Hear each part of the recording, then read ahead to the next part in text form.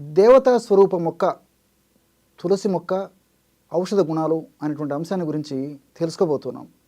దేవతా స్వరూపమైనటువంటి మొక్క ఈ యొక్క తులసి మొక్క. అందుకే లక్ష్మీదేవికి ప్రతిరూపంగా భావించి ఆరాధించడం మన సంస్కృతి సాంప్రదాయాల్లో ఆచార వ్యవహారాల్లో ఒక భాగమై ఉందన్నమాట. అట్లే సంపదకి సౌభాగ్యానికి చిహ్నంగా భావించబడుతూ ఆ తులసి మొక్క కరుణ కటాక్ష వీక్షణాలు మన శరీర ఆరోగ్యం పైన, మానసిక ఆరోగ్యం పైన, ఆధ్యాత్మిక ఆరోగ్యం పైన సక్రమంగా చక్కగా ఉండేందుకు కూడా చాలా చక్కగా ఈ యొక్క తులసి మొక్క దేవత స్వరూపంలో ఉపయోగపడుతుందని చెప్పేసి కూడా భావించడం కద్దు. ఈ యొక్క తులసి మొక్కలో ఎన్నో రకాలైనటువంటి ఔషధ గుణాలు కూడా ఉన్నాయన్నమాట. అంటే ఆధ్యాత్మికమైనటువంటి పరంగానే కాకుండా అట్లే దైవాంశ సంభూతంగా భావించబడేటువంటి పరిస్థితే కాకుండా ఔషధంగా కూడా ఈ తులసి మొక్క చాలా అద్భుతంగా ఉపయోగపడేటువంటి పరిస్థితి ఉందన్నమాట. ఈ యొక్క తులసి మొక్క వివిధ రకాల వ్యాధుల్లో ఉపయోగపడుతుంది. అందుకే తులసి మొక్క గాలి తగిలినప్పటికీ ఆ గాలి యొక్క ప్రభావం చేత అనేక రకాలైనటువంటి క్రిమి కీటకాదులు కూడా మన దేహాన్ని ఇబ్బంది పెట్టవనేటువంటి ధోరణితోనే, శాస్త్రీయ పరిజ్ఞానంతోనే మరి తులసి మొక్కను పెంచడం కూడా ఆచార వ్యవహారాల్లో ఒక భాగంగా చేయడం జరిగిందనమాట. అంటే అంత తులసి మొక్క గాలికి కూడా అంత శక్తి ఉండేటువంటి పరిస్థితి ఆ యొక్క దేవతా స్వరూపమైనటువంటి మొక్కకు ఉందన్నమాట. ఈ యొక్క తులసి మొక్క అనేక రకాలైన వ్యాధులకి ఔషధంగా ఉపయోగపడుతుంది. ఉదాహరణకి దగ్గు, జలుబు, ఆయాసము అంటే బ్రాంకైటిసు ఇలాంటి సమస్యలు ఉన్నప్పుడు ఈ యొక్క తులసి మొక్కను నేను చెప్పినటువంటి పద్ధతిలో సద్వినియోగం చేసుకోవడం వల్ల చాలా సమర్థవంతమైన ఫలితాలు కలుగుతాయి.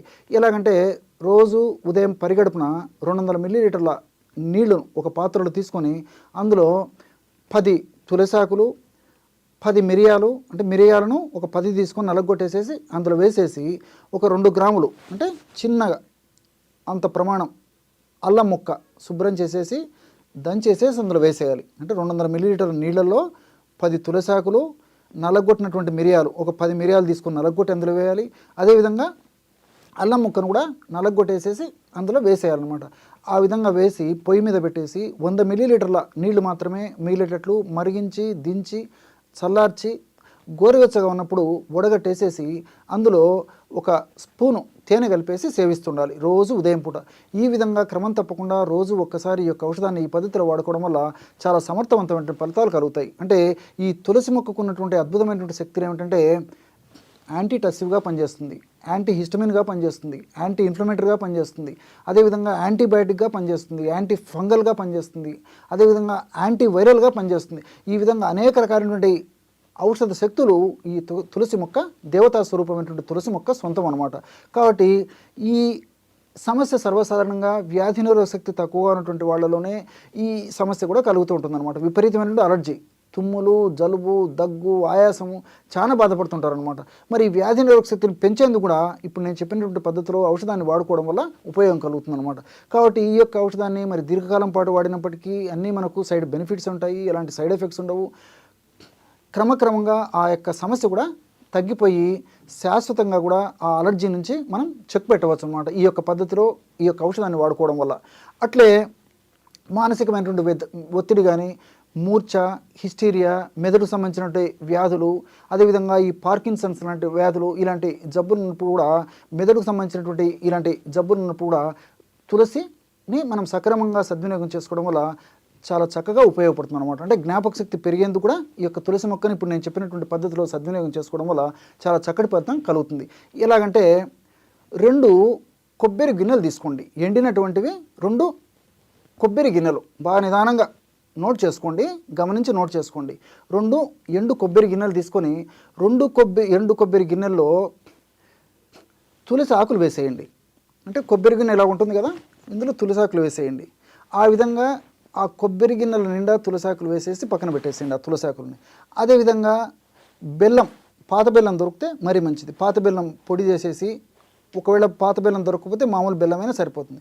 బెల్లాన్ని పొడి చేసి అదే పద్ధతిలో ఆ 2 ఎండు కొబ్బరి గిన్నెలు ఉన్నాయి కదా, ఆ కొబ్బరి గిన్నెల్లో బెల్లం పొడి కూడా కలిపి పెట్టేసేయండి. పెట్టేసి కొలితేసేసి అది పక్కన పెట్టుకోండి. మూడవదిగా స్వచ్ఛమైనటువంటి ఆవు నెయ్యి కూడా ఆ ఎండు కొబ్బరి గిన్నెల్లో పోసేసి అది పక్కన పెట్టేసేయండి. ఈ పద్ధతిలో ఆ ఎండు కొబ్బరి గిన్నెల్లో ఈ 3 పదార్థాలు కూడా కొలిచేసేసి తర్వాత ఎండు కొబ్బరిని తురిమేసేయండి. బాగా తురిమిన తర్వాత ఈ పదార్థాలన్నిటిని బాగా కలిపేసేయండి.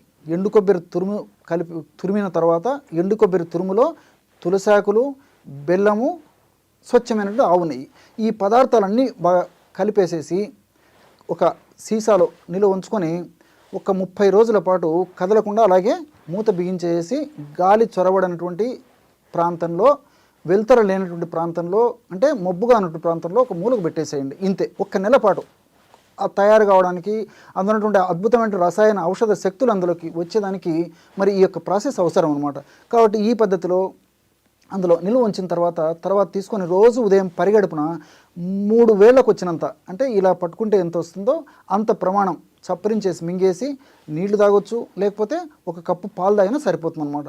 ఈ విధంగా క్రమం తప్పకుండా రోజు ఒక్కసారి చేయడం వల్ల నేను చెప్పినట్టు మానసికమైనటువంటి ప్రశాంతత కలుగుతుంది, జ్ఞాపక శక్తి వృద్ధి అవుతుంది, మెదడుకు సంబంధించినటువంటి వ్యాధులు తగ్గిపోతాయి, అట్లే మూర్ఛ, హిస్టీరియా లాంటి సమస్యలు కూడా తగ్గిపోయేటువంటి పరిస్థితి ఈ యొక్క ఔషధం వల్ల కలుగుతుంది. కానీ ఈ ఔషధం తయారు చేసుకునేటప్పుడు చాలా జాగ్రత్తగా ఉండాలన్నమాట. అంటే ఏమాత్రం నీటి శాతం అందులో ఉన్నా ఒక్కొక్కసారి ఔషధం మనం 30 రోజుల పాటు అలాగే ఉంచుతాం కాబట్టి ఒక్కొక్కసారి ఫంగస్ బూజు వచ్చేటువంటి అవకాశం ఉంటుంటుంది. కాబట్టి మరి తులసాకులను బాగా శుభ్రం చేసేసి నీటి శాతం, అంటే మనం నీళ్లు చల్లేటువంటి పరిస్థితి ఉంటుంది కాబట్టి అలా కాకుండా నీటి శాతం ఏమాత్రం పైభాగంలో, అంటే మనం టచ్ చేసినప్పుడు నీరు తగలకూడదు అనమాట. ఆ విధంగా ఆ నీటి శాతం అంతా ఆరిపోయిన ఉన్నటువంటి ఆ తులసి ఆకులు, పచ్చి తులసి ఆకుల్ని వాడుకోవాలన్నమాట. ఈ జాగ్రత్తగా గమనించేసి మీరు చెప్పినటువంటి పద్ధతిలో ఈ యొక్క ఔషధాన్ని వాడుకోవడం వల్ల చాలా అద్భుతమైనటువంటి ఫలితం కలిగేటువంటి పరిస్థితి ఏర్పడుతుంది. అదేవిధంగా ముఖం మీద వచ్చేటువంటి మొటిమలు కానీ, గుల్లలు కానీ, నల్ల మచ్చలు కానివ్వండి, ఇలాంటి అనేక రకాలైనటువంటి సమస్యలకు కూడా సౌందర్య సాధనంగా తులసి ఉపయోగపడుతుంది. ఎలాగంటే ఒక 25 లేదా 30 తులసాకులు తీసుకోండి. ఒకటి కర్పూరం బిళ్ళ, అంటే 25-30 పచ్చి తులసాకుల్లో ఒక కర్పూరం బిళ్ళ తీసుకొని ఆ పదార్థాన్ని అంతా బాగా కలిపేసేసి గోరింటాకులాగా, పేస్ట్ లాగా, లేపనంలాగా తయారు చేసుకోండి. దాన్ని ముఖ భాగంలో ఎక్కడైతే మీకు సమస్య ఉందో ఆ భాగంలో అప్లై చేసి 1 గంట తర్వాత గోరువెచ్చని నీటితో కడిగేస్తుండండి. ఇంతే. ఈ విధంగా క్రమం తప్పకుండా రోజు ఒక్కసారి ఈ పద్ధతిలో ఈ యొక్క ఔషధాన్ని వాడుకోవడం వల్ల సౌందర్య సాధనంగా ఈ యొక్క తులసి పనిచేసి ఈ మొటిమలు, అదేవిధంగా గుల్లెలు, నల్ల మచ్చలు, ఇతర చర్మానికి ముఖం మీద ఉన్నటువంటి ఇతర అనారోగ్య సమస్యలన్నింటి కూడా చక్కదిద్దేందుకు ఈ యొక్క తులసాకులు, కర్పూరం కలిపి తయారు చేసుకుంటున్న ఔషధం చాలా చక్కగా ఉపయోగపడుతుంది. ఈ విధంగా అనేక రకాలైన వేలాది లక్షలాది రోగాలు కూడా ఈ తులసి మొక్కను, దేవతామూర్తి అయినటువంటి తులసి మొక్కను మనం సద్వినియోగం చేసుకోవడం వల్ల ఆ యొక్క అనారోగ్య సమస్యల నుంచి మనం చెక్ పెట్టవచ్చు అనమాట. అనారోగ్య సమస్యలకి చెక్ పెట్టవచ్చు. చూశారు కదా ఎటువంటి అద్భుతమైనటువంటి ఔషధ గుణాలు దేవతా స్వరూపమైనటువంటి తులసి మొక్కలో ఉన్నాయో ఈ వీడియోలో మీరు తెలుసుకున్నారు కదా. మరొక వీడియోలో మరొక అంశంతో మళ్ళీ కలుద్దాం. అంతవరకు నమస్కారం. మీ